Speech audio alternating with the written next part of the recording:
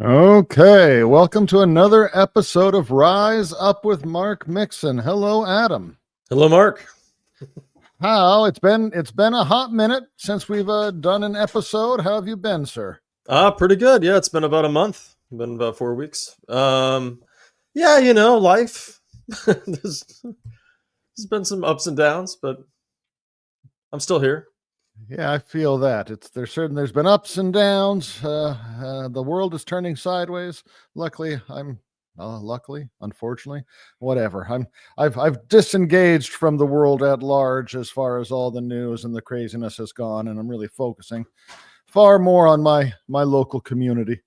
So, there we go. Yeah. It's some craziness, but it's important that we continue our conversations and Yes. providing platforms for the people who are out there doing the work, trying to give us a way out of the insanity that we're all facing right now. So yeah, I think it's good. Those of you who are those of you who are out there listening, get involved, join us, join your local community. Let's start working together, see if we can't find ways to rise up against this insanity. So I'm going to do the self-promotional whatever, like the podcast, subscribe. I believe we're live streaming this episode, so get involved if you'd like, and hit the like button and share the podcast widely, and whatever else you do on live streams. We're on Rumble and YouTube. It's after the fact. I feel like it's been so long since I posted on Patreon that the account got unpublished, so don't go there. Good to know.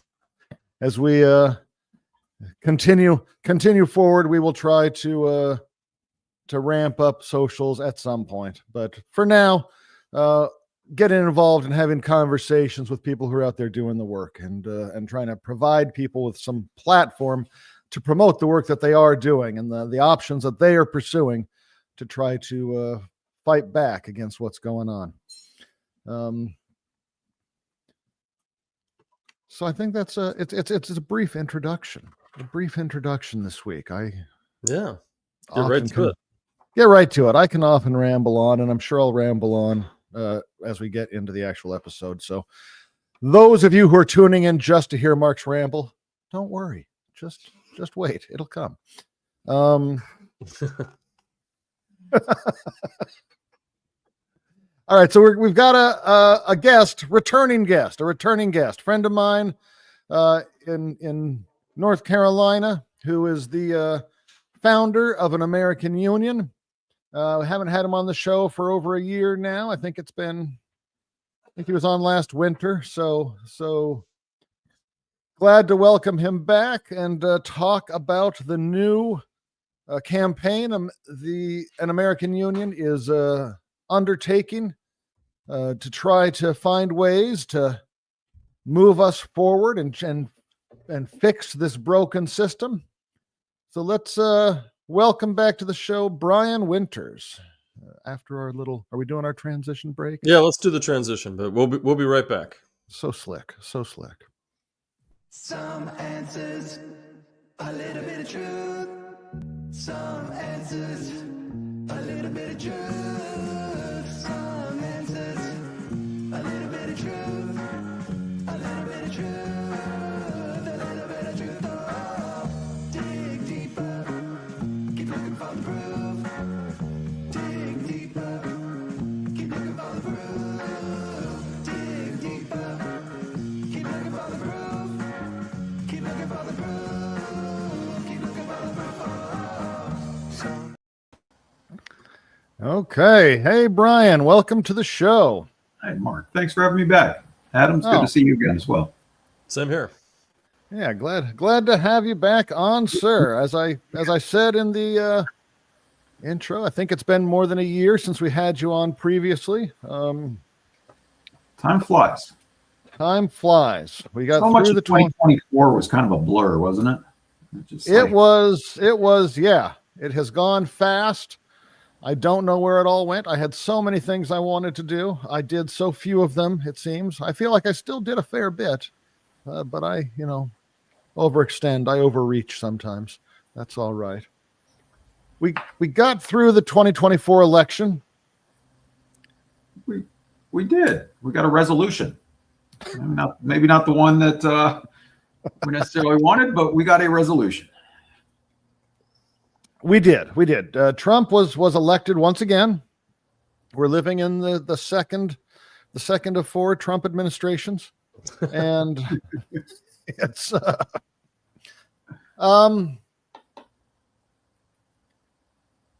I know that you and I talked briefly via text after the election, where you were looking for a way to sort of retool, find a way to come at things at a different angle, a way to maybe motivate Trump to enact some sort of progressive policies, find a way. Maybe progressive is the wrong word. That word has almost been poisoned, but how about reformist? Reformist. Is that a word? I don't know. Yeah. No, I'd say that's a word, and it's one that no one is very. I haven't heard a lot of hate against it, except in abolitionist circles. But I haven't. Sure. So. Yeah, talk to me about how that has happened for you. What did you come up with on that? Just to hop right into it. Yeah, well, I founded the American Union back in 2019 on the build up for the 2020 election, looking for ways to bring Republicans and Democrats together to solve problems, right? As opposed to the system we have now, where Republicans and Democrats just fight each other and generally haven't cared too much about accomplishing anything in Washington. So I tried that for 5 years, and at 2024, as we just said, Trump won, 2 out of 3 elections, got the last one by knockout and won in the plurality of the popular vote. And so we have a resolution, right? This can be how the political fighting of the last quarter century comes to an end, if we can move beyond what this mess that we're in into a post-partisan governance model. And so that obviously has to revolve around Donald Trump, because he's the president. Politics is the art of the possible, and all the possibilities run through him right now. So that's what I've spent the last 6 months working on, trying to find something that would appeal to him and benefit the United States and move us into that post-partisan governance model. That's interesting. A post-partisan government model. I think that is a really important goal right now. Like a lot of I hate to give the far right messaging any credence, and I hate the phrase in a lot of ways, the Trump derangement syndrome, which I just saw a thing. I think it's Minnesota, maybe it's Wisconsin. One of those northern Midwest states has just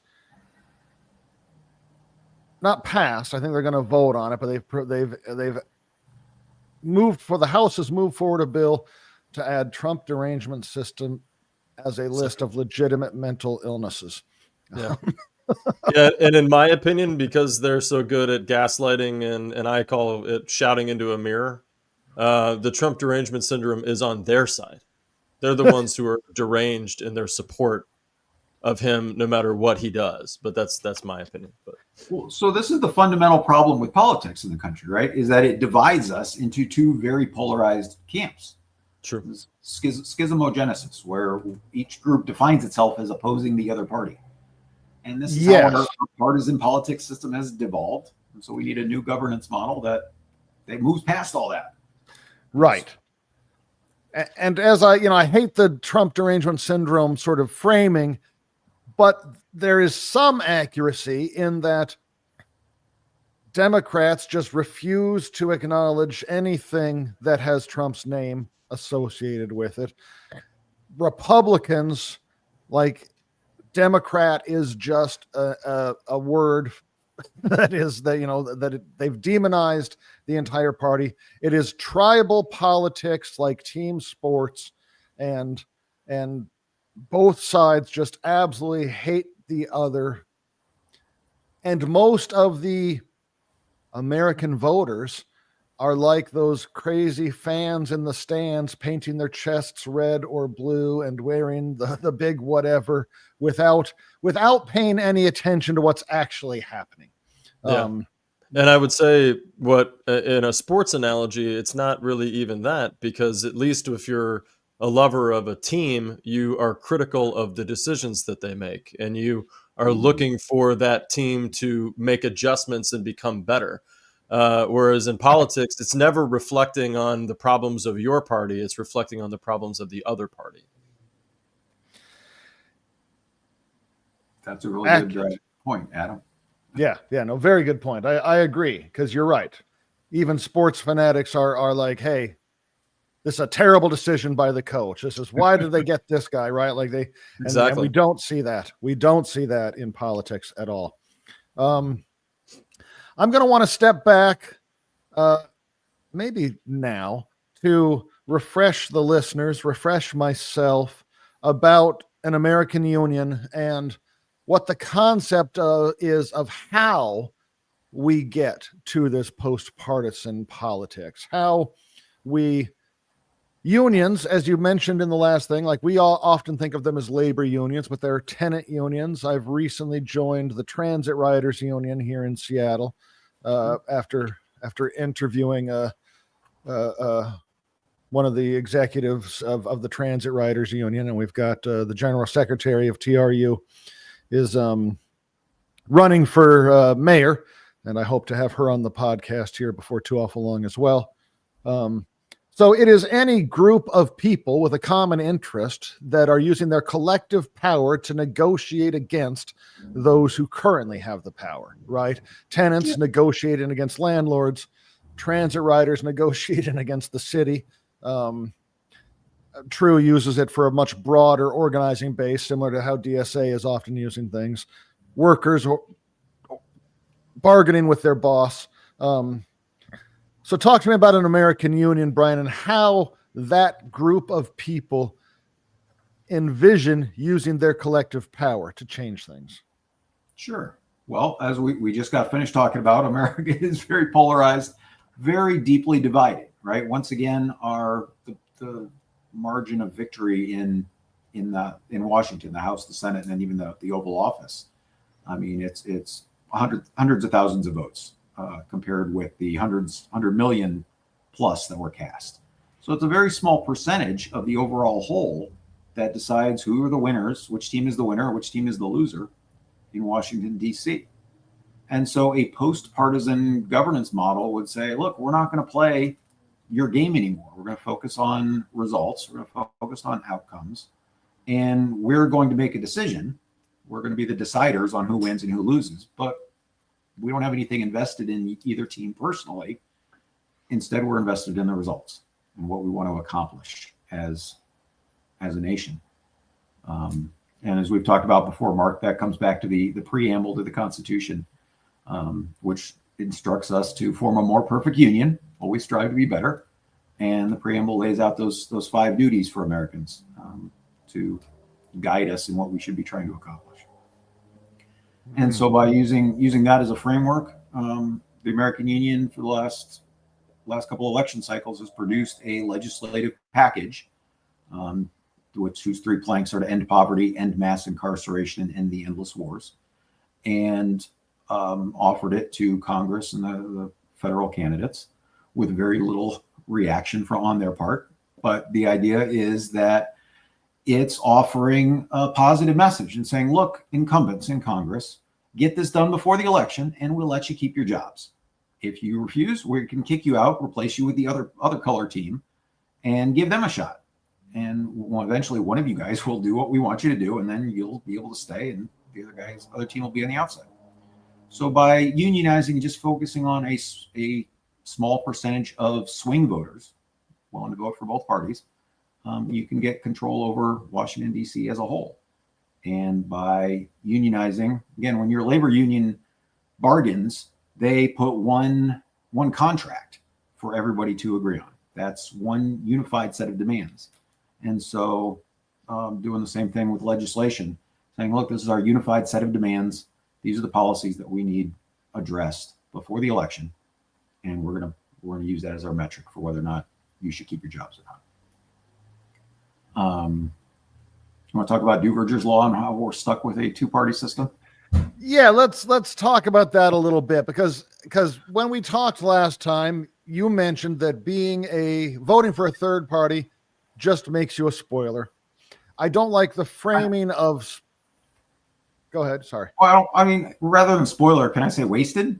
Mathematically, it's the same as if you didn't show up and vote at all. It just makes your vote is wasted. I mean, it might be, but it also, if enough people vote third party, like, I mean, if you define spoiler as, and part of this is how I define it versus, I guess, maybe the dictionary definition. I'll use the more commonly accepted, the Duverger's law accepted definition, right? Like, if you define spoiler as someone in the race who, without them, a different person would have won. Like, there's two people in the race who are going to win. They've got the chance. Duverger's law says that. Can you define it succinctly? That it's going to distill down to one of two candidates no matter what? Is that the... Well, yeah, because our system of elections are single winner elections, right? No matter how many candidates are running, there's one winner and everybody else loses. And so the most efficient way to allocate resources in that scenario is one winner and one loser, not two losers, three losers, four losers, five losers, because campaigns are expensive. And so because that is how, and this is sort of what we've seen in Alaska during the 2024 election, right? They have this top four elections where they do a jungle primary, and whoever the top four candidates are going to the general election. And then people use ranked choice voting to decide which of the top four is elected. And the problem with that is that it ignores the fact that campaigns are really expensive. And it doesn't make any sense, if you know you're going to finish third or fourth, to invest a lot of money into that campaign. And so we've seen, since Alaska has adopted this, that traditionally the lower ranked candidates just drop out and recognize it's not worth putting resources into. Now, I think Alaska is a great example. We had last year on some people from the Star Voting organization talking about the 2022 Alaskan election, which was the first election, I believe, where they had this top four ranked choice system. And it was a great real life example. Funny because that group, Fair Vote, I think, is the national group that's been pushing ranked choice voting for 10, 15, 20 years. They claim that ranked choice voting prevents the spoiler effect. So where your person, your third party, your minor candidate spoils the chances of one of those two, that if they weren't there, person A would have been elected, but because you've got third party, now suddenly person B is elected. And we saw that in real time in Alaska with ranked choice voting, where we had a Republican candidate who was widely liked and probably Alaska's choice, and then a Democratic candidate as sort of the second, and then Sarah Palin jumped in the race and split the Republican vote.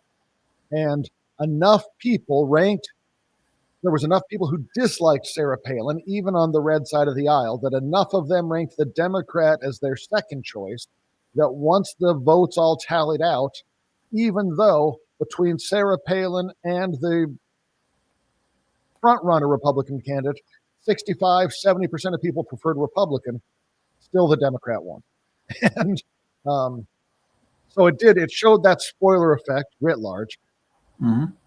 That's a long sort of diversion into saying that yes, I will, if we're going to accept that definition of spoiler, and I prefer, just to put it out there, like if you, as a political candidate, don't give us the thing to vote for, if all you are promoting is I'm not that guy, I'm not that team, if you're not going to fight for the people, then you are the one who spoiled your chances and you don't deserve my vote. That's how I sort of like to think of the spoiler. Is you're the spoiler. Your lack of supporting policies for the people is what spoiled it for you.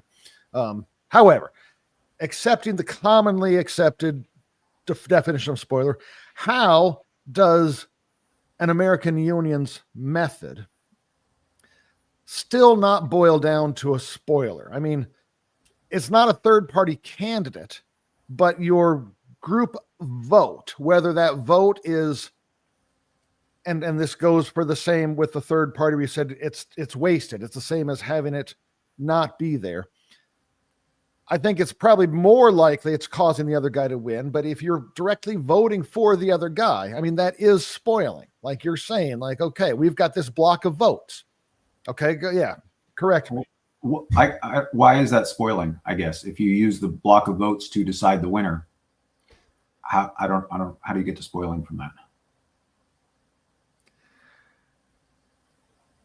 Well, I guess it depends on who is likely to win anyway. Like if your votes, if you were not doing this, if you've got a candidate who is the incumbent and is likely to win, and then you say, well, we've got our block of votes incumbent and you didn't pass our policy, so now we're going to vote for the other guy. We're going to spoil your chance of getting reelected. Like I don't see, this is why I don't like the whole spoiler. Why is that spoiling? That's what the purpose of elections is, right? Is to hold elected representatives accountable, and if they haven't done a good job, to kick them out of office. Sure, yes, I agree. Or kick them out of office, or support the person who will represent your interests, which was where I come down on the third party vote. Is that like, and the Democrats are all the time blaming third party. I was a guest on a podcast yesterday, and apparently there's still people who are claiming that it was third parties that caused Harris to lose, which is just so divorced from reality in this particular election. Well, I mean, it's incorrect, but the reality is Trump won. He won three states. If 3 states had flipped to Harris, right, that would have flipped the election. And in 2 of them, Trump didn't actually get more than 50% of the vote. But Pennsylvania, very clearly, he got more than 50% of the vote, and so third parties didn't spoil it. I would say probably more people staying home hurt her more so than voting for a third party. But all right. So are those people spoilers? I mean, I think you could define it that way. Like, if the whole thing is like you and your action, whether that's voting for a third party, not voting at all, or voting for the other team.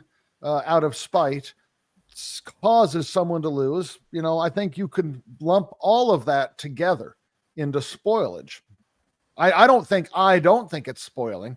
I think that is using your vote. I think the only truly wasted vote is if you vote for someone who is essentially guaranteed to win. If you were in California that votes Democratic by 20 points and you vote for a Democrat, that's a waste. That you didn't need. You could have far better used your vote to start promoting some other party. But and I feel and maybe this is similar, but a wasted vote is to vote for someone that is not going to support your interests, but you're choosing party line. Basically, you're saying, well, I'm going to vote for this person because I don't want to vote for the other side. It's like, well, it's like David Hogg. I don't know if you guys have heard about this in the news and how he wanted to primary Democrats, but because he's vice chair or whatever of the DNC, they said, well, you're not allowed to do that. And I think that's just an example of how the system is broken, because you should be able to challenge the people within your own party. He's not saying vote for Republicans. He's saying vote for better Democrats. Right. Yeah, no, this kid is going to, I think he's a perfect example of what's wrong with all the people who think they can reform Democrats. Like he's saying, like, these people are not representing us and we need to change them. And this is the problem. If you give these people your vote without them first giving you the change you need, they will never give you the change. And they just will not allow. I think David is learning the hard way of why you can't reform the Democratic Party. Well, I think also it's just a classic example of how the people in power do not want to change. Because we can talk about the partisan side of things, but again, it goes back to the team analogy where nobody is willing to look harder at themselves than across the aisle. And Democrats need to make these changes. They need to reform. They are quickly becoming the party that's going to die out of all of this rather than the Republicans, which everybody thought Trump would kill. But Trump has just evolved them into a party that models himself. Well, I think Democrats just want to go down with the ship, it might end up that way. I still think there is a decent chance. I firmly, and for going on a decade now, have believed that we're in this time of political realignment. And I think there's a decent chance that Republicans will end up, when this all shakes out after this little flirt with autocracy that we're in right now, will end up as a marginalized white nationalist party. Democrats might end up as the moderate conservative party, and some other entity will end up as the left side of the aisle party.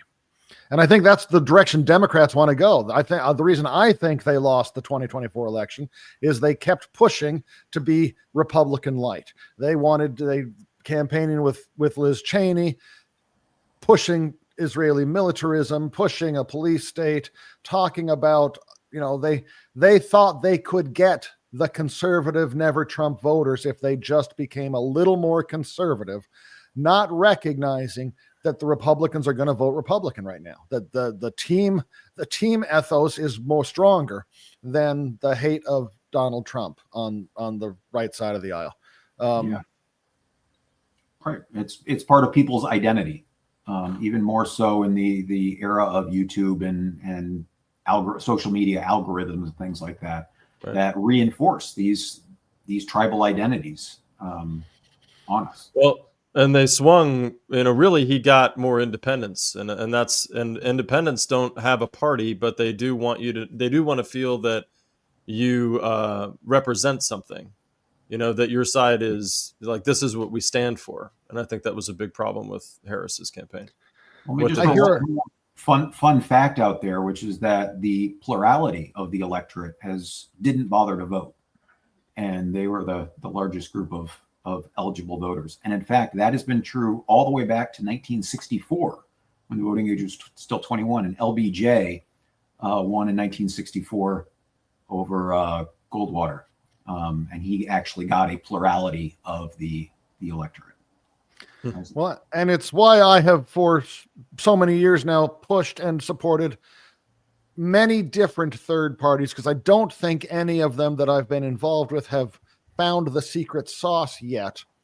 But I also don't fall in line with this concept that, hey, all of us need to band together. All of us minor party activists need to band together and support just one thing, because all of the minor party activists together is minimal. There's just such a low percentage of people that do that even if they all did the same thing, they're still not going to win. But rather someone. Oh, go ahead. Sorry. Well, when you say they're not going to win, so what is the definition of win? And so when you use the definition of win as getting yourself elected to office, then you're correct.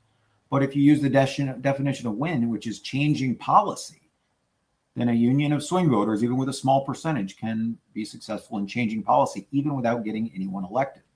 And that's the purpose of the American Union model, is to take all the small group of concentrated, marginalized people and say, look, we have the power, we're going to use it together, but we want some improvements for all of us, for the whole country.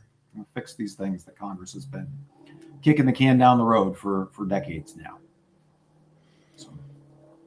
So that's what I'm saying. You can win without getting elected. That's my pitch.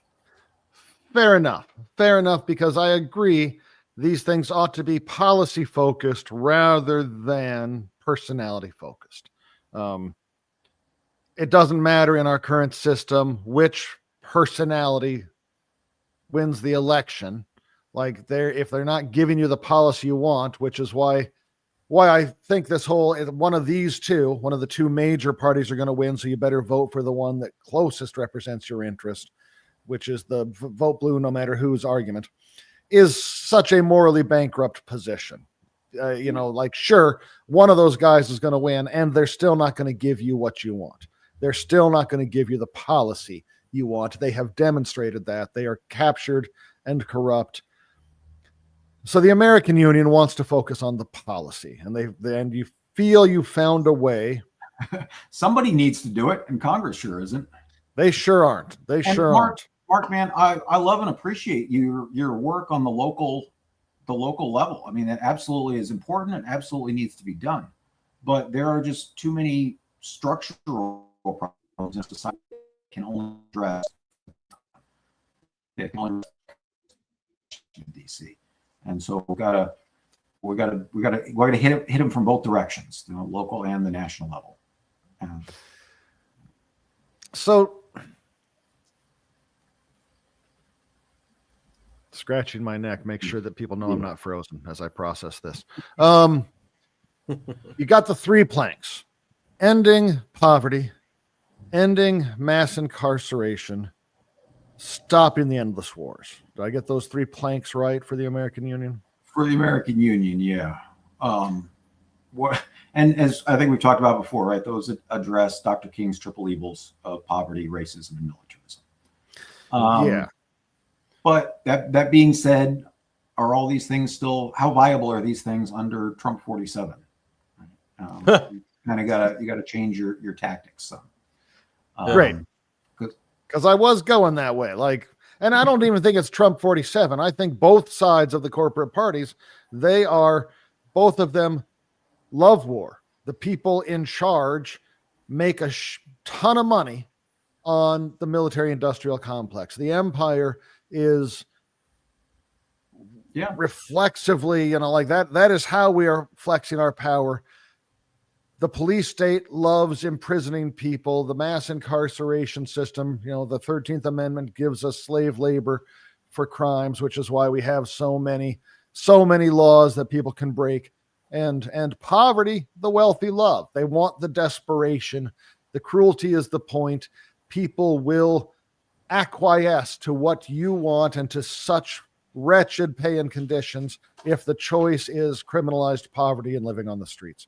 So I think also makes it a lot harder for anybody to challenge what they do when you're constantly being hit from all of those different angles and being stressed and not capable of getting your feet planted underneath you. So, yeah. So I think those 3 planks. Oh, sorry. Go ahead, Brian.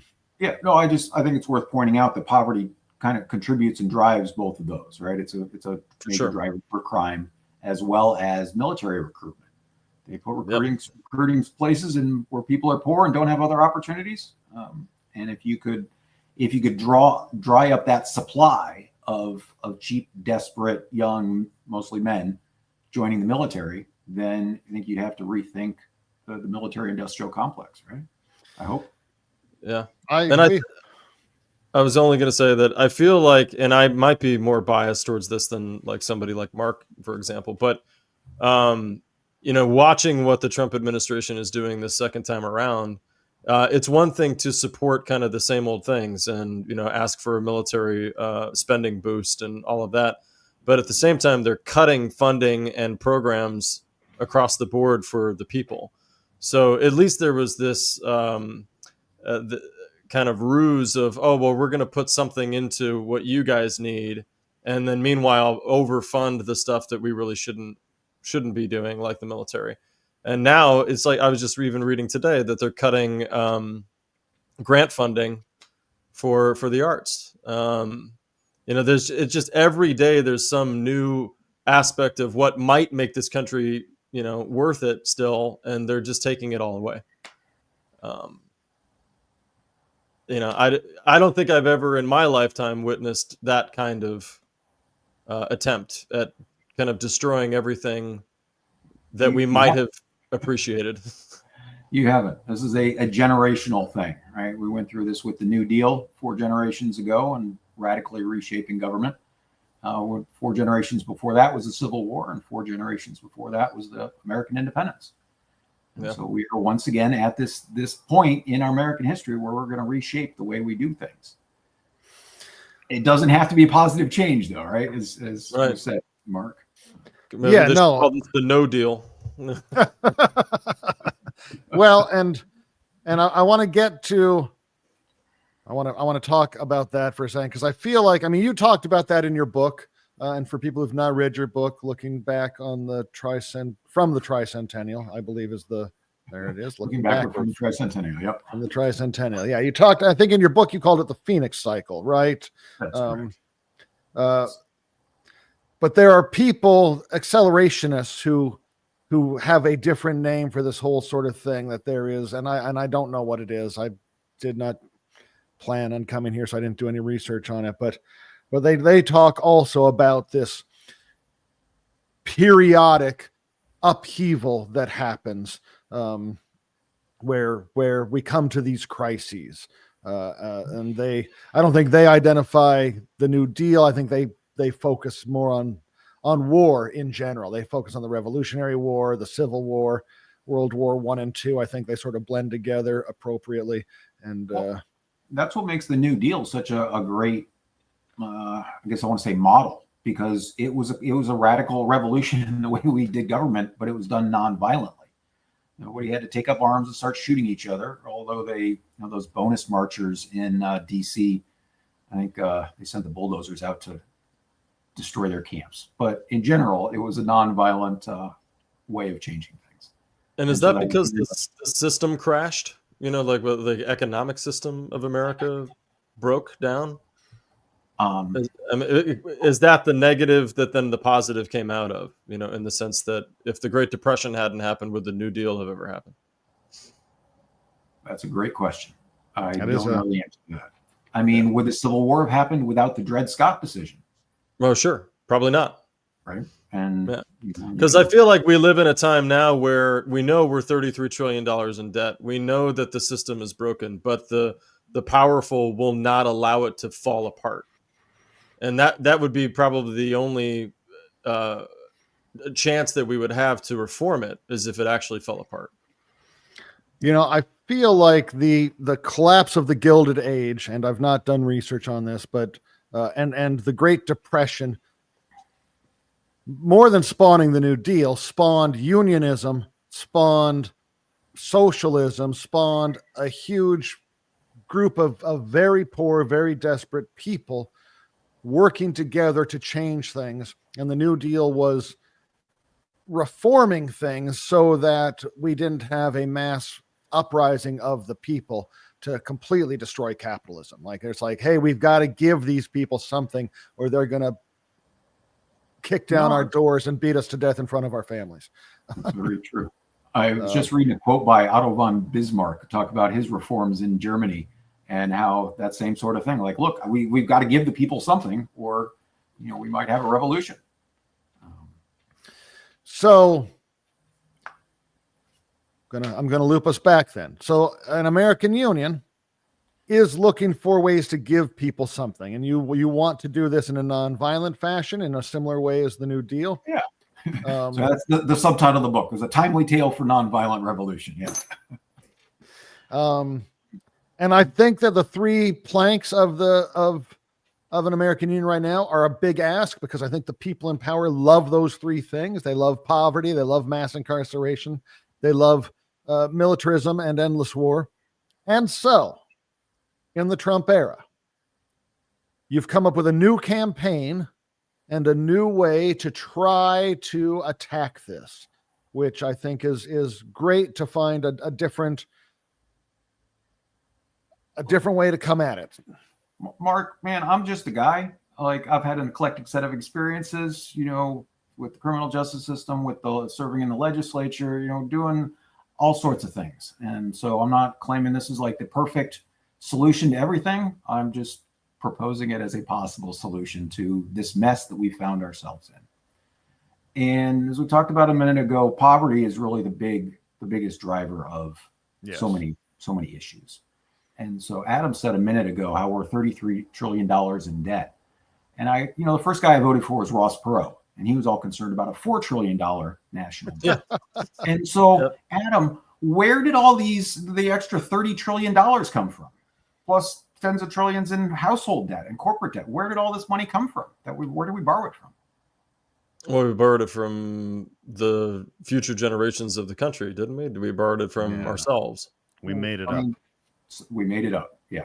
The money didn't exist a few years ago. Now all of a sudden we owe it. It's all made up. Right. And so this brings us to a jubilee. This is a biblical concept, a cyclical time of rebirth, of forgiveness of spiritual and economic debts. And so you probably heard about this, Mark, the idea of minting a coin, a platinum coin, which is the authority is already there in the United States Code. And so the current campaign, the current proposal is to ask Donald Trump to mint a $47 trillion platinum coin, which he would then deposit in the U.S. Treasury. And we would pay off the national debt as it comes due over the number of years, and use the remainder of it as for unconditional basic income. That $47 trillion would be the profit from the American economy over the last century. And so pulling this out as a dividend for the American people, we're the shareholders, the stakeholders in the United States, and ensuring that dividend goes to benefit all of us directly, both by paying off the national debt and as unconditional basic income. And so once you address the poverty, then all the other problems start to become easier to address. And so this is sort of a simple-ish soundbite concept. Mint a $47 trillion coin. And so this jubilee would also have some forgiveness of spiritual debts, our criminal justice reform as well. And it would also be an opportunity to move us into a post-partisan governance model, where Donald Trump, he's the winner of American politics. He's got control of everything. So a union of voters, union of citizens, would negotiate directly for passage of policy. And I can dig into the mechanics of that a little more if you like. But that would be the idea, was to a jubilee and saying, look, the old way of doing things is not working. We're going to reset some of these things, and we're going to start fresh. So a nonviolent way of reshaping American society in a positive direction. So yeah, let's talk about this a little more in depth. You said you could dig into it a little more. Congress has the authority. I think it was passed in the 1700s, shortly after we became a nation. Congress was given 1792 is the year that sticks in my head for the Coinage Act. Congress was given the right to mint coins, legal tender.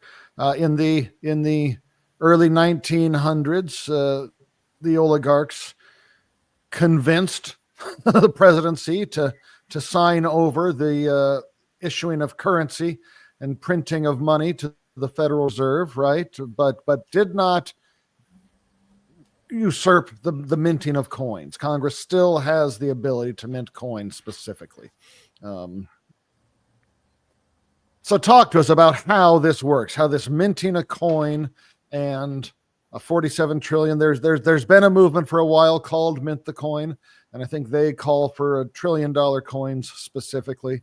But this whole concept of minting coins for our federal government to run on, rather than creating and borrowing money from a private bank. And for those who are unaware, the Federal Reserve is a private corporation. I mean, that's true, but it is also a nationally chartered corporation, right? They're accountable to the United States government. They're subject to not open secrets, but I forget. I'm spacing on the thing, but anyways, they're not completely independent. They are they are connected to the federal government. They're connected too, but where does, like, when we pay this interest to, who do we pay the interest to? Like, our federal income taxes go to pay the interest on the national debt. Who gets that money? Right? So yeah, some of the wealthiest institutions and individuals in the country, right? It is, Warren Mosler calls it basic income for the rich. Right. Basic income for those who have money. That's what he calls it. All of us pay our federal income tax every year, and that goes to pay this interest on this invented debt that we've created through the Federal Reserve and other banks. Well, and it just goes to the wealthy. And I'm surprised this wasn't more of an issue in 2024, because we had cracked that $1 trillion mark where we were spending more on interest on the national debt than we were on the military industrial complex. And at least with the military industrial complex, right? If you say, well, we're going to spend $1 trillion on this, I guess at least you get, military bases and people are employed and you got a bunch of tanks and bombs and all kinds of stuff. You get something tangible for it. What do we get for $1 trillion in interest on the national debt? Yeah, nothing. We get nothing. Yeah, I think we talked about the ability to maintain the status quo. When you were on the show last time, which is more than a year ago, that we were spending 1.2 trillion on the interest payments. And at the time, the DOD budget was like 890 billion. So between those two things, $2 trillion that we could spend on taking care of people every year, which makes Congress's complaint about any policy like, oh, well, that's going to cost us $5 trillion over 10 years. Like, so part of this, the problem is this mindset of scarcity. Like, we just don't have enough resources to do anything, right? We got to be austerity. We got to cut spending. We got to, we just can't do anything. And a $47 trillion coin will shift us into a mindset of abundance. We have the resources. We have the ability. We can solve America's problems. We can get our act together. People aren't in the right mindset. And again, this comes to tie it back to poverty again, right? When you're under economic stress, you can't just take a day off from being poor. Like, it's a 24/7 grind. And that stress wears on people. People make worse decisions. They talk to their kids less. They're more likely to make mistakes at work. There's all sorts of negative ramifications. And the same thing you can see that it's kind of true for the Trump administration as well. They're under economic stress. They've got this huge budget deficit. They've got a debt ceiling crisis. We hit the debt ceiling back in January and nothing has been done. And that this $36.2 trillion national debt, they're stressed out about it. And so what are they doing? They're making some poor decisions about cuts. So how do we help them get out of that mindset? Once again, mint the coin, put the money in the bank, and then let's talk about what we want to accomplish with it. What are our goals for improving American society, and use that money in productive ways instead of paying it out as interest, is a destructive way. Yeah, I recently, just as a little side note, recently at the school that I teach, or I don't teach there anymore, but I work there. They had a poverty simulation that we did. And it was kind of fascinating. I kind of came out of it thinking that a billionaire simulation would be a good idea as well, just to kind of see the difference between the way one side lives and the other. But the poverty simulation side very much addressed that, like, for example, I was in a group of 4 people total. So it was me and 3 other people. And one person was the guy that had the job in the house. The other one was his wife, which was supposedly my daughter. I was the grandfather that was living with them. And then they had a teenage daughter that went to school.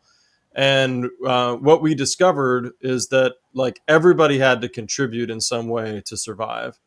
And to the point where even the child of the house didn't really get to have a childhood, and there were people that had other families in the simulation where the kids were even younger.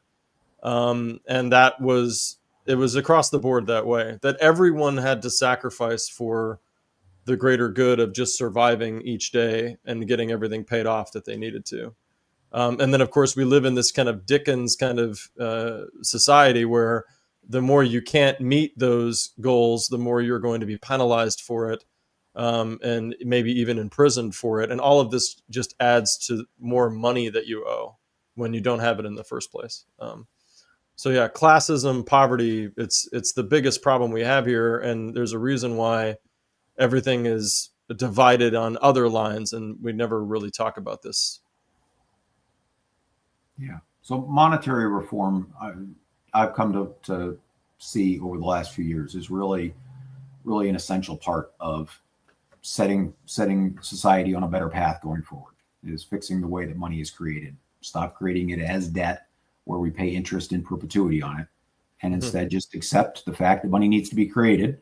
And when you accept that fact, understanding that the fairest, simplest way to distribute that new money is to give it to everyone as unconditional basic income. And creating a trickle up economy instead of hoping the trickle down will, maybe this time it'll work, but it never does. And So you see, talk. just Go one ahead, final Adam. comment there. You Yeah. see a lot of examples in our society of people just feeling that, this person's going to get their school debt paid off. Why not me? This family's going to get assistance. Why not my family? And it becomes an easy talking point for the people in power to say, well, we shouldn't. Handouts are the problem. Helping people is the problem. It's just crazy how they easily spin what is good for us into a negative, and then we end up fighting for what they want, not for what we need. And they make those arguments. They always will make those arguments. And then I think we always need to be careful of people who want to litmus test these sort of programs, because that is the divisiveness. That is like saying, well, this group gets it and this group doesn't. This group deserves it. This group doesn't. The paying off the student loans is an example, even though it might be universal and everyone who has student loans, although even in that, you'd hear people trying to divide that up. Why do the rich people get their student loans forgiven? And the answer, of course, being the really rich people don't have student loans. They just pay for college. But student loans, then why does I didn't go to college? I've just worked my whole life. So how come all these students are getting some sort of handout and not me? Where's my handout? So I think the more universal these unconditional things are, the better the buy-in is. And we always need to be careful of anyone who starts trying to divide this into a less universal policy, because that is the way to make sure that you sow division and keep people from buying in. The more universal, the more buy-in you can get, 100%. In my opinion. Well, and the most universal thing that to me comes to mind there, they tried it, was COVID checks, right? Everybody got a COVID check, for the most part, right? Like, I believe they were still means tested. Right. But as far as just like money being handed out to everyone, it didn't matter what you made. It didn't matter, like you were going to get a COVID check. And they still, 476 million payments totaling $814 billion. And they always use that as well, that's why the inflation went up. That's why we're in a crisis economically. You think about $814 billion, it's nothing. It's nothing compared to what we make and what we spend. Right. I'd be happy with just a small fraction of that. It's not nothing. But well, just in the sense of a country that's $33 trillion in debt, and we give $1 trillion about every year to our military, $814 billion for the people. Of course, that's when it's too much. Oh, we can't be spending that kind of money. When they do that all the time, they just don't give it to us. So that's why this is one of the things that should shift, because this will, again, that university you're talking about, Mark, is very important. The Occupy movement, the 99% versus the 1% kind of thing. America would probably still be better off if those demands, if those things were accomplished. But to really move us forward, we want to be the 100%, organize for the 100%, everybody, because it's harder to demonize somebody who's part of the same group as you. And so by drawing a circle around everybody and saying we're all in this together, then you'd have to point critical fingers at your own group instead of, yeah. So talk to me about the specifics of this $47 trillion coin. Like we talked about 33 trillion in debt, and this coin is now 14 trillion over that. So about half again over what we're in debt currently. So, and yeah, it gets deposited. Yeah. So it's actually $36.2 trillion is the national debt.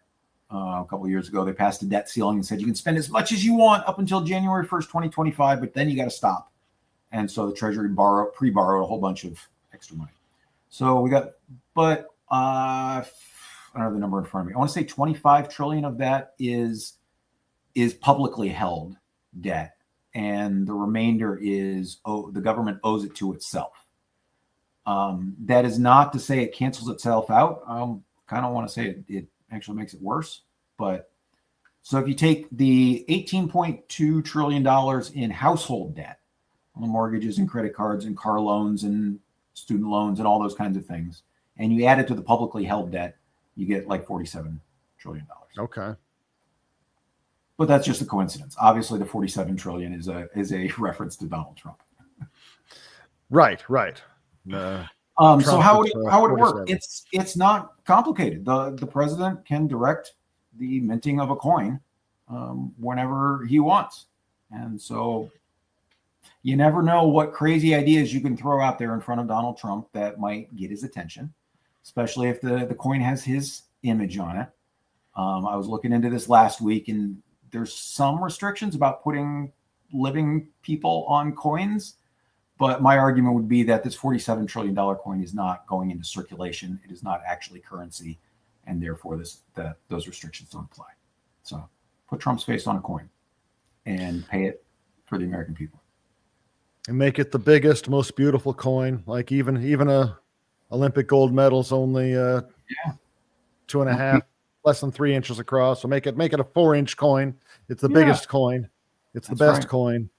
People will be talking about it. The best people are saying that they've never seen a coin like it. But then what happens to it? I mean, assuming some 20-something kid named Big Balls doesn't walk into the mint and take it and put it in Elon Musk's.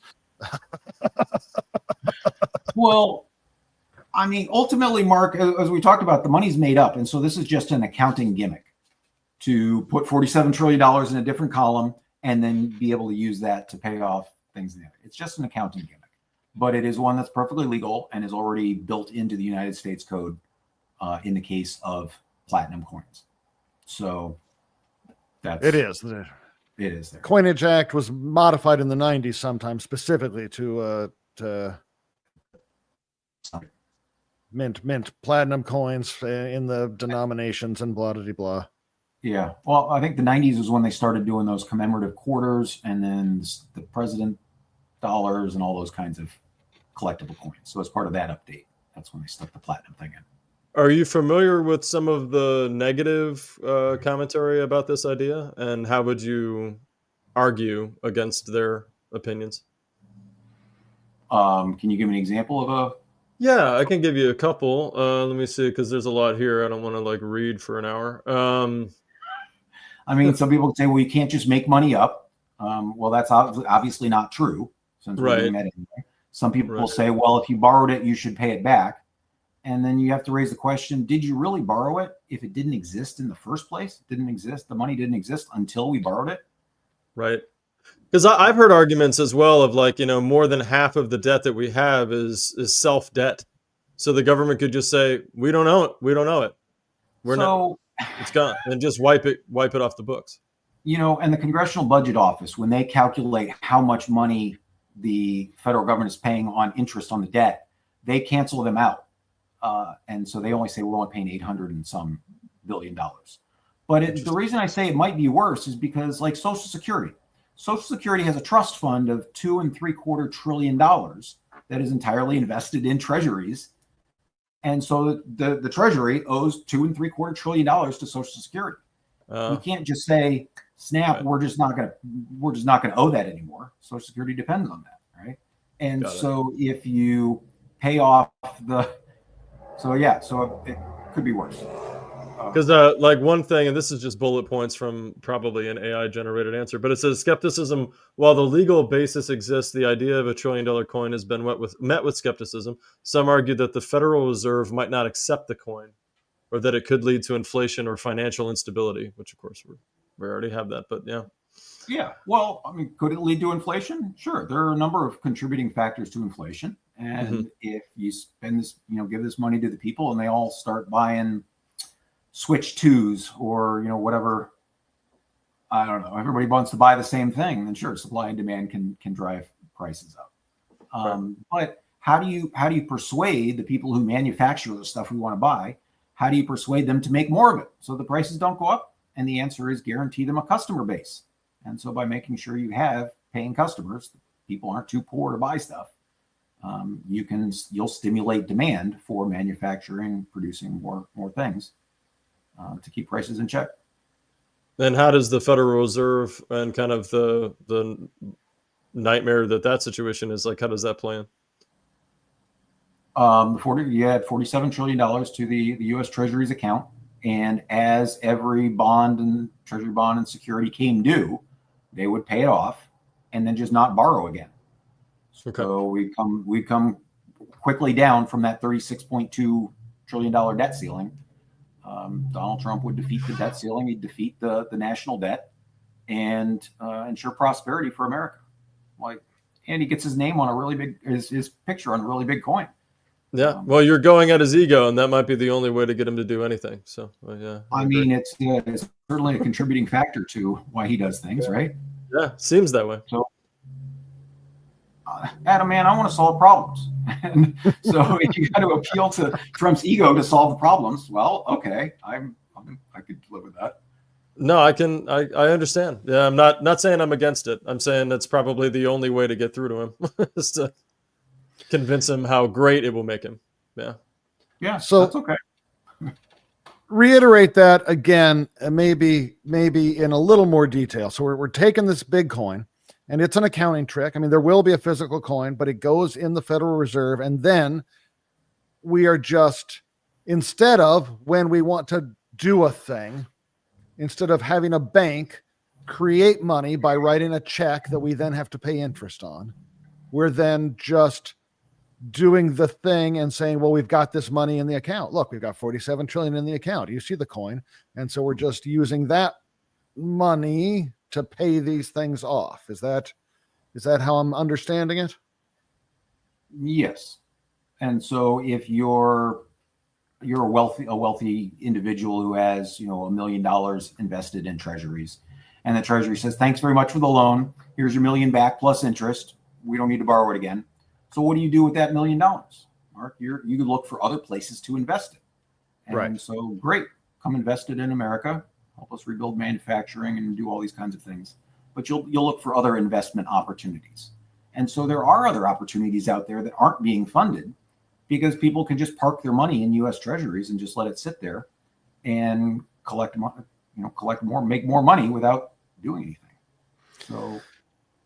So while in some fashion, this coin would not go into circulation, but the money that was created would go into circulation over time as various debts became due. Yeah. And so let me come back to what Adam asked about inflation, right? Which is, all right, if I give you $20,000, Adam, and you pay off your $20,000 worth of your student loans, is that going to cause inflation?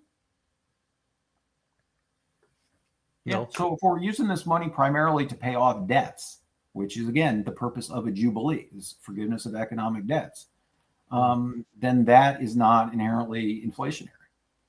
Right. And it's not all being dumped into the economy at once, because these treasury bonds are long-term things, and some of them become due essentially every year, right? Yeah. Yeah, there are a lot of them that are due in the next couple of years. I think about a quarter, and then some of them the rest is stretched out from there. Now, part of this Jubilee concept also has the unconditional basic income aspect to it. Can you talk about that a hair more? Yeah. So this would use the proceeds from the $47 trillion coin to start unconditional basic income, starting at $20,000 for adults and $8,000 for kids, and ensure that that will, after you pay your taxes, after you pay the cost of tariffs and all these kinds of things, that you and your family are still above the poverty line. And this $47 trillion is a dividend from the economy. This is the built up profit, and so it would go back out to the citizens. That being said, I see this as a dedicated fund within the U.S. Treasury, to start it off by funding with its $47 trillion coin, and then contributed to through other taxes, such as a carbon tax, pollution taxes, things like that, where we can take some sort of behavior and said, look, this has negative effects on all of us, so we're going to put a cost on it. And then all the money that we collect, we're going to redistribute back out as unconditional basic income. So it's a fee and dividend model. So other taxes that would address societal problems can be used to top off this account and continue to pay UBI. And I just want to say, I don't think that $47 trillion is exactly the right amount we need to rebalance our economy. But it's in the ball. It's a place to start. There's an argument to be made for that number, and in a few years we can reevaluate. Again, the American Union model is striving for that more perfect union, always coming back, always looking for new things that need to be addressed, new problems. And so in a few years, for the 2028 election, we can evaluate that $47 trillion and see, all right, do we need another 10? Are we good where we're at? We'll look at it in a few more years. It's not like when Obamacare passed and then nobody ever made any corrections ever. The purpose here is to get us on a new path, but continue to make corrections as we go along. So that's a sizable amount. We got what, 330 million people in the U.S., 4/5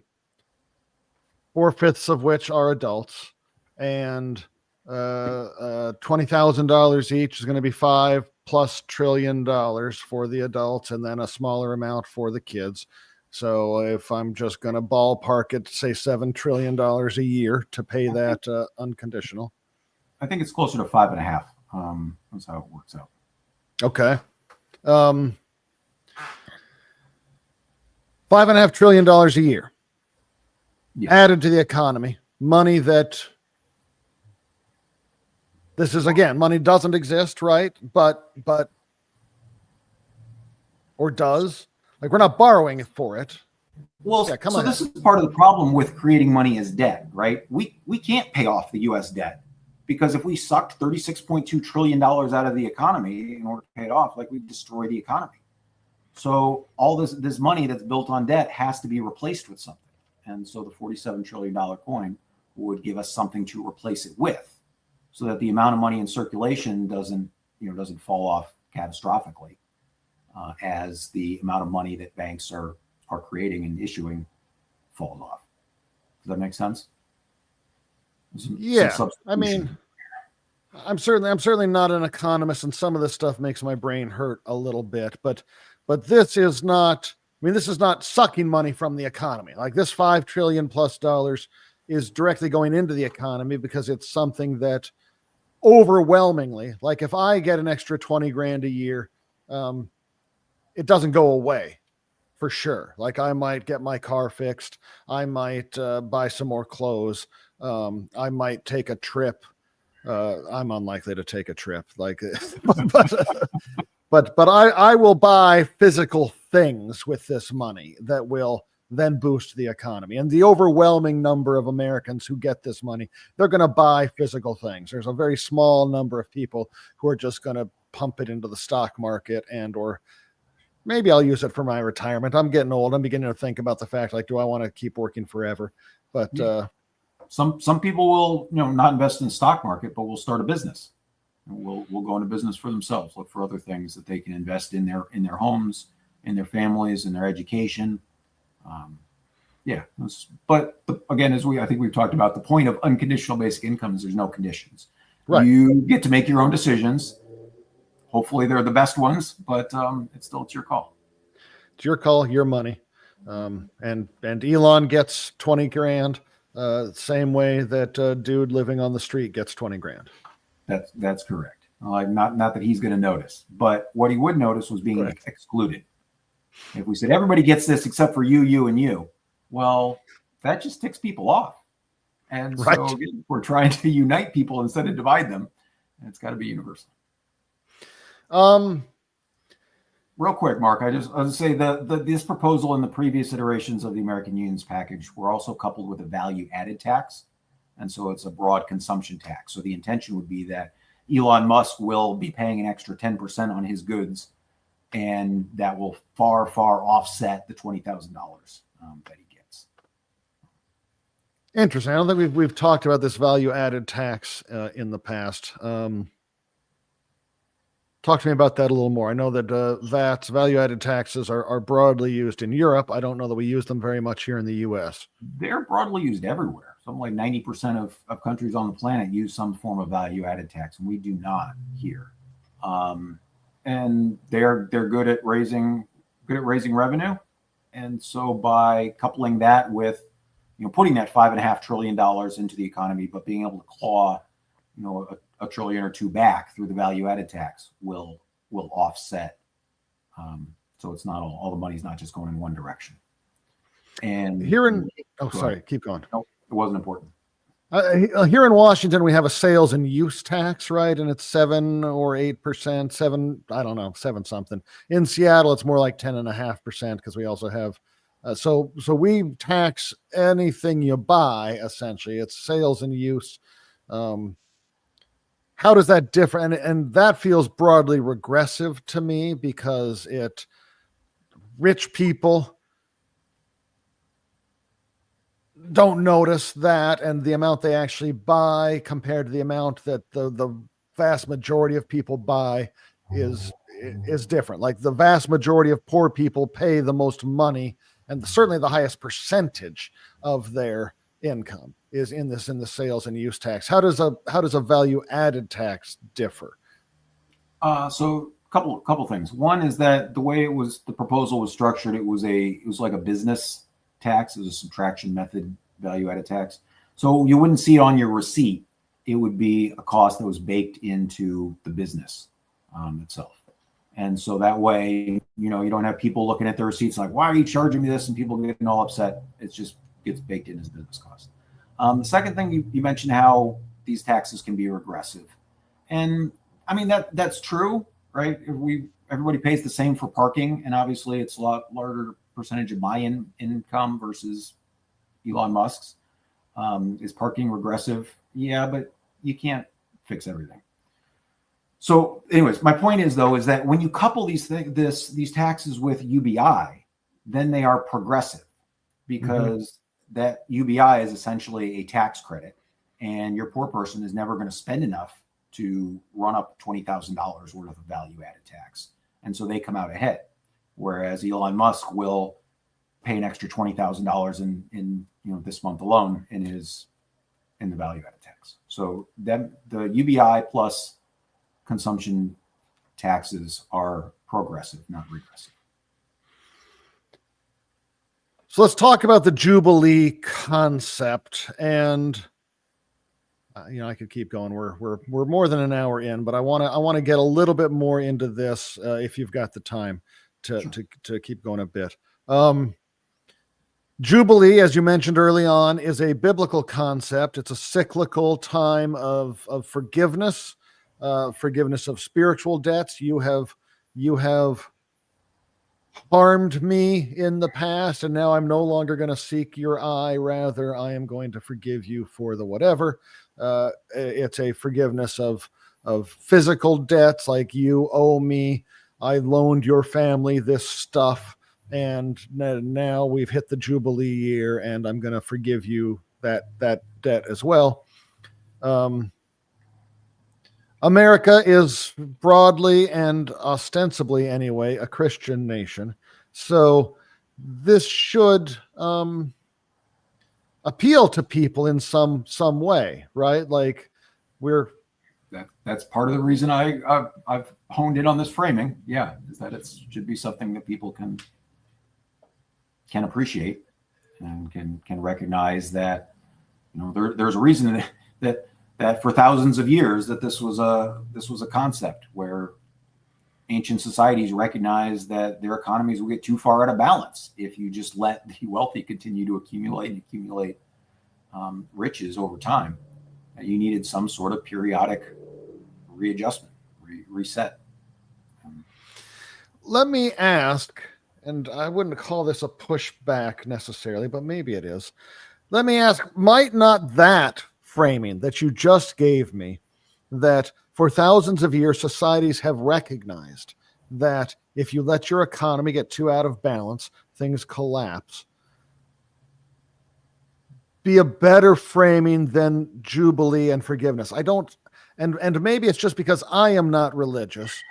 I don't broadly see forgiveness as a value that Americans believe in. Well, there's a lot of evidence to support that conclusion, Mark. But I hope that you could agree with me. It's a quality that America could use more of. I absolutely do, and I think, God, was it Gandhi who said, or is this just a misattributed quote via the internet about the, you know, I like your Christ very much, he's so much different than your Christians. Yeah. Yeah, Well, it's always been a forgiveness for me, not for thee kind of. Yeah. Well, you know, Martin Luther King identified Gandhi as like the most Christian person he knew. Yeah. Oh, he was a Hindu. Right. So I mean, I see the desire as we shift toward Christo-fascist and Christian nationalist. I see the desire to try to appeal to a Christian ethic. My question becomes, do people who self-identify as Christian even know what it is they believe? Is this a thing that we can successfully tie into their quote belief structure? So yeah, so it's a question of what stories do we tell ourselves, kind of thing, right? And so that's the idea of a jubilee as being a big event, something special that's happening. Things are going to be different, and so that idea, using that idea to shift American culture and saying, look, before the jubilee, we were a different country. And we've decided to reform ourselves, to reinvent ourselves, to be better, in part by forgiving some of these things from the past. And so I think that's the advantage to the Jubilee as an event for transforming America versus, I don't know, I guess some of the other options. I'm not sure that answered your question. Sorry. I'm not sure there is necessarily an answer, and I'm not sure it's an important, frankly, distinction. It's a thing I wonder about the framing, and I think that having multiple framings might be good for people of different belief structures. Like if you are just secular and worried about the economy and feeling the pinch, like, well, here, listen, for thousands of years, societies have recognized that when you let things get too out of whack, they collapse. And we've allowed too much money to accumulate with the rich, and it's time to rebalance things a bit, and here's how we do it. Or if you want to have the Christian framing, like that, this is what we are commanded to do, to have a time of forgiveness and forgive the debts and forgive the trespasses against you. And let's go ahead and have a moment of rebirth. I think it's a good idea to pitch it both directions, I guess, frankly. I don't know which one will take. How do we popularize this? How do we promote this? How and when, Brian? How and when are we going to make this happen? Donald Trump is the one who can solve this. Well, he alone can mint the $47 trillion platinum coin, right? Right. So it's a matter of putting the idea out there for his supporters to call on him to do, in combination with those of us on the left who that didn't vote for him, but would still like to see the United States succeed. Would like to see the United States get its act together. Would like to see problems solved. So by working in concert, hopefully you can get his attention, and we can forgive $47 trillion worth of debt. I think it's important too to notice this distinction of, instead of taking $47 trillion from the wealthy and redistributing it, instead taking the scales and rebalancing them by putting an extra $47 trillion on those poor people's side of the scales. And so I think that's slightly better framing, as opposed to we got to take the money from the wealthy. Yeah, that's an interesting way to put it. It's not taxing the rich. We're not taking money from the people who have worked hard and built their wealth. We are rather minting a coin so that we can stop borrowing. We are rather rebalancing, making sure that we stop creating debt in the United States. We all know that the debt is a terrible thing. The elites of both sides have been pushing austerity by saying we need to get this debt under control. And here's a way to get the debt under control. We stop creating the debt. And instead, let's make sure that we boost the economy by giving people the money they need. Let's create the money instead of creating the debt, and let's give people some of that money. Both those who have invested in the Treasury and those people who every year have physical needs. Let's reduce the poverty. I think it sounds like a great idea. I think so. So when do we picture? I'm not sure how we get this out there. I don't imagine a whole lot of Trump supporters follow me. But you never know.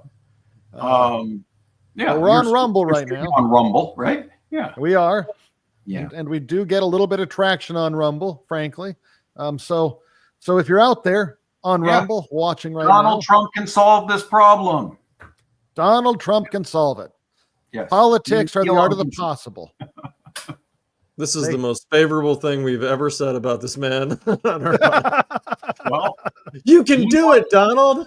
He won the presidency, so he gets this privilege. He can mint the coin. He does. Yeah. He can mint it. He can do this. He can do this very quickly, in a matter of weeks. Like, if he issues the order for this coin to be minted, the Treasury can make the mold and mint this coin within a matter of weeks. Yeah. We can solve this very quickly. We can. So his birthday's coming up in 6 weeks, I think. Mm-hmm. And so the goal would be to kick off the Jubilee on his birthday. Really make it a special occasion for the nation. And so we're putting together a website at June14thjubilee.com. Sorry, June 14, no TH, Jubilee.com. June14jubilee.com. We get that on a ticker, Adam, as you're working over there. I got it right here, actually. Yeah. Boom. There we go. And so there'll be a couple of different pages looking at different aspects of this. We didn't talk very much about post-partisan governance. We sure didn't. But the idea would be to focus on what do we want to do by establishing 12 metrics, 12 numbers, 12 indicators of society in America, instead of the very GDP. We'll look at one number, how big is the economy, and screw everything else. So by looking at a broader set of variables for the United States and agreeing on the direction that we want those things to go, there would be a back and forth over a period of months on legislation that would move the nation towards accomplishing those shared goals. So instead of arguing, what do we want to do, or who's the most evil politician of them all, let's focus on, what do we want to accomplish? Start by agreeing on the goals, and then working out the details on exactly how to solve that. So. Great. I appreciate. No, go ahead. No, I mean, I know it's not the trendy thing to do, offer solutions and try and bring people together, but it could be like Pretty we could get refreshing, our act though. together. Yeah, the whole post-partisan politics, I feel like we could go another hour as we try to delve into that. When I started this show, I did take time and I wrote up a list of questions and things that could keep me sort of on track, and I've abandoned that for my more free roaming discussions. Conversation. Yep. But I think also, when we started this podcast, the whole goal was to bring people on that had fresh perspectives of how to move forward, and that we didn't want to just have another outlet of people's frustrations and just getting on here and going, oh, isn't this person bad? We certainly have had a few episodes about that, Israel, Trump, but for the most part, it's people like you that I think bring a lot of value to what we're doing, and we should have you back. Right. Rather than having another hour-long discussion, we should talk more about post-partisan politics and what that means, and try to dig in and have me, give my contrarian opinions about it occasionally. But I mean, what part of our current system are you enamored with that you want to keep and not change? Oh, absolutely nothing. I broadly want to change things. Yeah, I'm fascinated by all of the concepts that you and I have talked about, that you brought up in your book. My contrarianness is more about the minutia of implementation and how do we get people to buy in, and how do we get a society that is looking more like idiocracy than a deliberative body of elders to buy into some of these things. But I do think we need the post-partisanship. I'm fascinated by liquid democracy, which is not a thing we mentioned here, but this idea that you can hand out your proxy, a percentage of your vote based on specific issues, and that you have a large legislative body, and like, in this, you are going to represent me. I'm giving you 14% of my, and I might be misstating this because I've not looked into it in a while, but I'm giving you 14% of my vote, and I'm giving you 22%, and you only get 0.5% because I don't think you represent my things very much, except for on this one thing. And you get, like, I think this is an interesting thing. I think that the capping of our congressional representatives at 535, I don't remember the number in the Constitution, but wasn't there a hard number given in the Constitution? No hard number? No, the goal was one representative for every 30,000 people. 30,000. We're now up to about 750,000 people. And I just want to say how this contributes to the polarization, because it has made elections a zero-sum game for the last century. The only way Democrats win a seat is if they take it from the Republicans, and the only vice versa. Republicans have to take it from the Democrats. And so that zero-sumness really exacerbates the polarization and the adversarial nature of elections.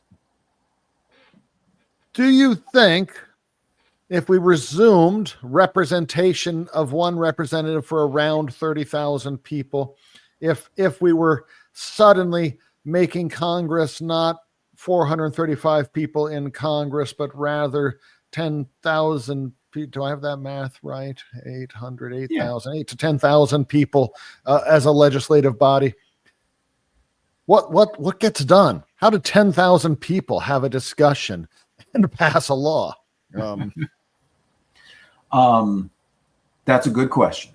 And so I don't think that uncapping the House is necessarily the solution to all the problems, because then you still have the same structural defect with the Senate and all these other sorts of things.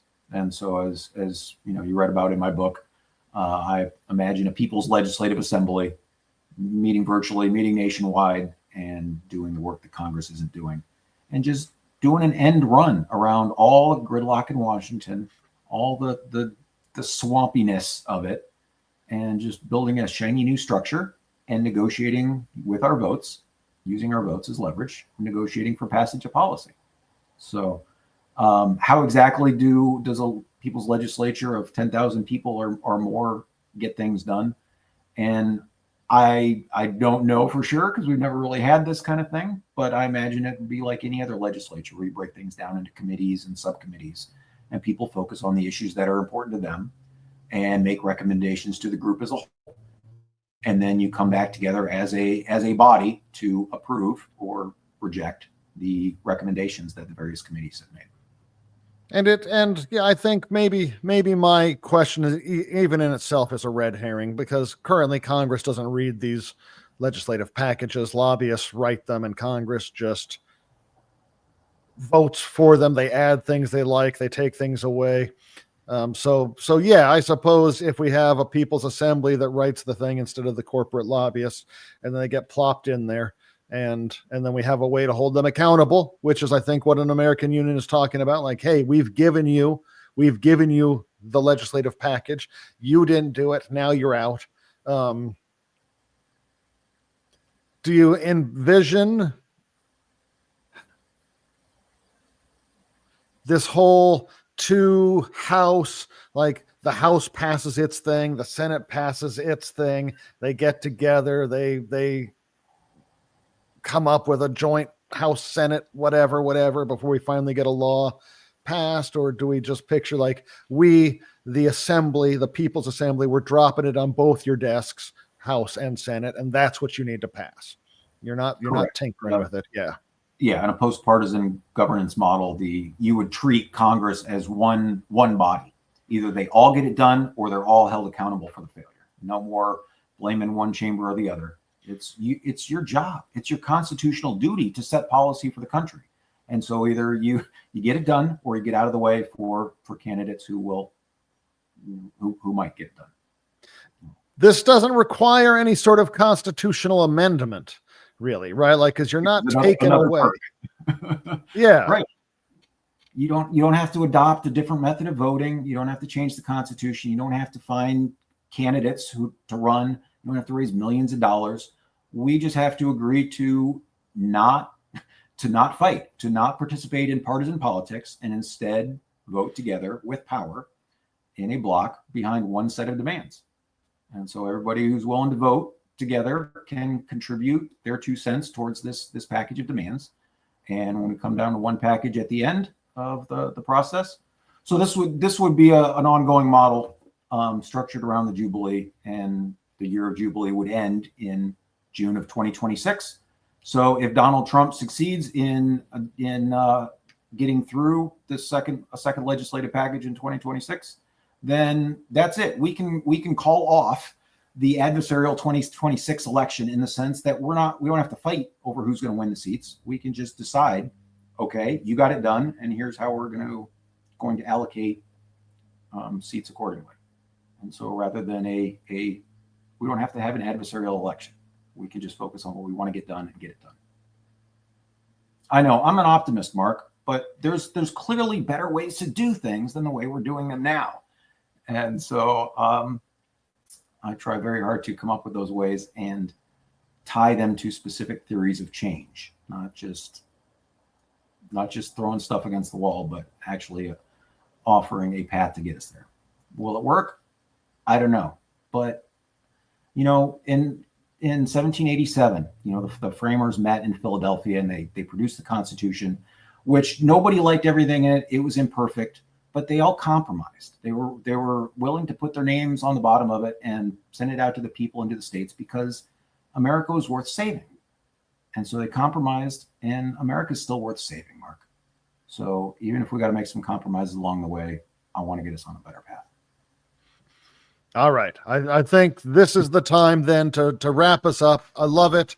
I want to have you back. I want to delve more into the intricacies of people's assemblies and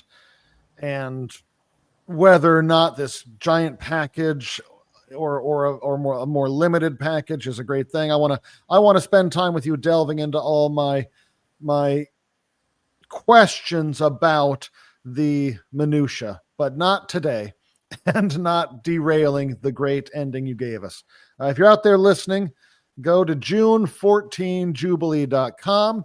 There's links on there about a general strike. There's links on there about, we didn't even talk about how a general strike would really play into this, but you can read about it on the website, about the 12 metrics that Brian mentioned, about minting the coin and forgiveness, post-partisan governance. It's all on there. You can get involved. You can start promoting this. As Brian started the episode with, politics is the art of the possible, and the person who can make this possible is Donald J. Trump.